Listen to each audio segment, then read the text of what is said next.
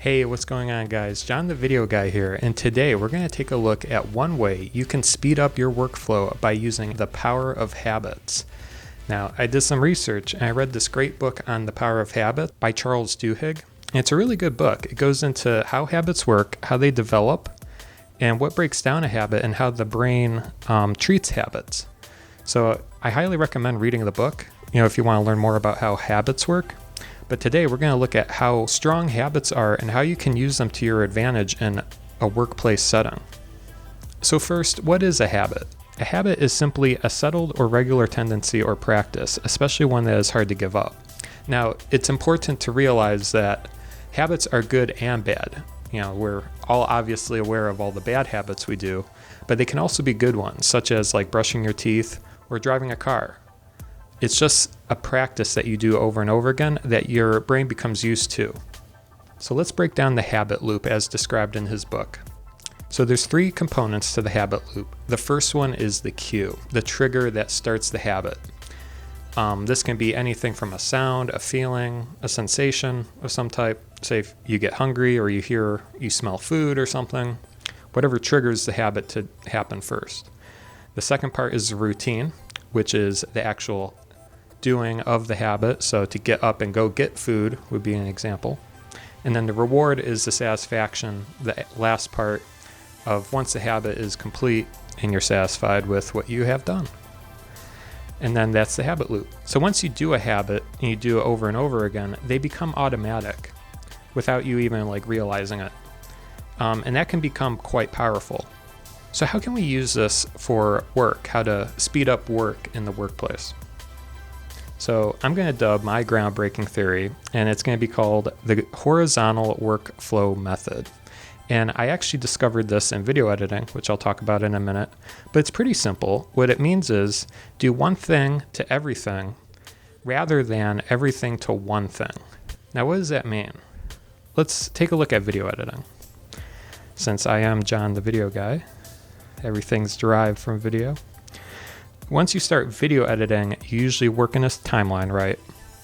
And you do different procedures, right? So you'll assemble your clips, you'll add color correction, visual effects. And if you work horizontally, you assemble all your clips, and then you go back to the beginning and you add color correction to the first one, second one, and you work your way horizontally. Where if you're working vertically, you're taking one clip and you're doing everything to one thing, right? So you'll put the clip in the timeline, you'll add color correction, you'll add visual effects, you'll add motion graphics, and you start stacking it. As you can see on my screen here, the difference between vertically and horizontally. So what I found is working horizontally is a lot quicker, because that's why video passes are so important in video editing. You do one pass for one procedure, you do a second pass for a second one. So why is that important? You have to treat procedures as habits. So when your mind is focused on doing one thing and you do it over and over again, that habit becomes very powerful, right?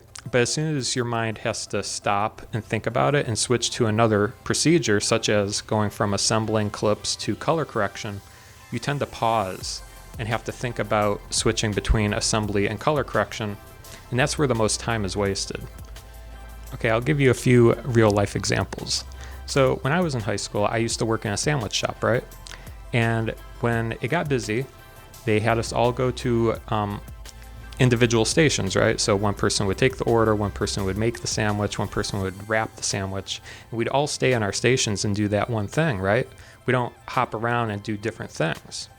And that's the fastest way to do it, right? Because if you're focused on doing one thing, you don't have to worry about doing other things. You become very quick at doing that one thing over and over again.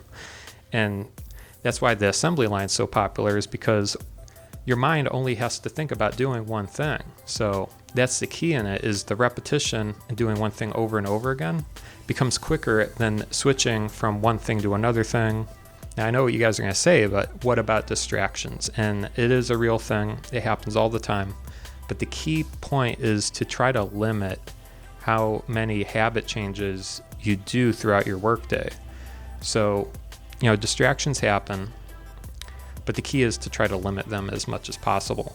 So, if you get emails or instant messages, try to control them and do them in waves. So do one habit, do one thing, Then you get a bunch of emails, then respond to all the emails at once, and then go back to the other thing or another habit, and try to limit how many times your mind has to separate from doing one thing to another thing.